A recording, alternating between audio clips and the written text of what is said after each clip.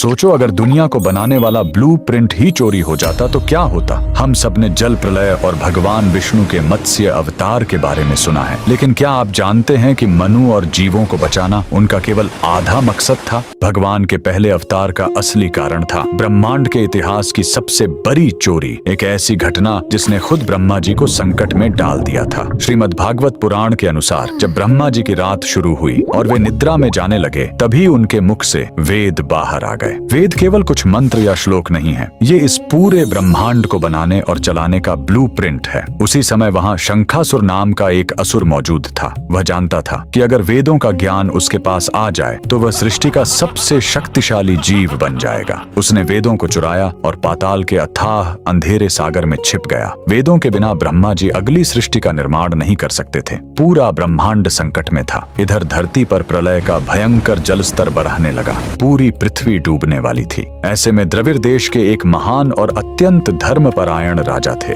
सत्यव्रत, जो नदी में सूर्य को अर्घ्य देकर भगवान को पुकार रहे थे। तब भगवान विष्णु ने एक मत्स्य का रूप लिया और नदी में प्रकट हुए, जो देखते ही देखते सैकड़ों योजन विशाल हो गया। उन्होंने अपने सबसे धर्मपरायण भक्त राजा सत्यव्रत को एक विशाल नाव बनाने का आदेश दिया और उस प्रलयंकारी महाविनाश के तूफान में भगवान ने मनु, सप्तर्षियों और सभी जीवों के बीजों को सुरक्षित नाव के सहारे हिमालय की चोटी तक पहुंचाया, ताकि धरती पर जीवन दोबारा शुरू हो सके। लेकिन भगवान का काम अभी खत्म नहीं हुआ था। प्रलय का जल जब शांत होने लगा, तब भगवान मत्स्य ने उस अथाह महासागर की सबसे निचली गहराइयों में गोता लगाया। वहां घने अंधेरे में उनका शंखासुर से भयंकर महायुद्ध हुआ। भगवान ने उस असुर का पेट चीर डाला, उसका वध किया और ब्रह्मांड के उस परम ज्ञान, चारों वेदों को सुरक्षित वापस लाकर ब्रह्मा जी को सौंप दिया। प्रलय के उस सफर के दौरान भगवान ने राजा सत्यव्रत को सभी परम ज्ञान दिए, जो आज हमारे पास मत्स्य पुराण के रूप में मौजूद है।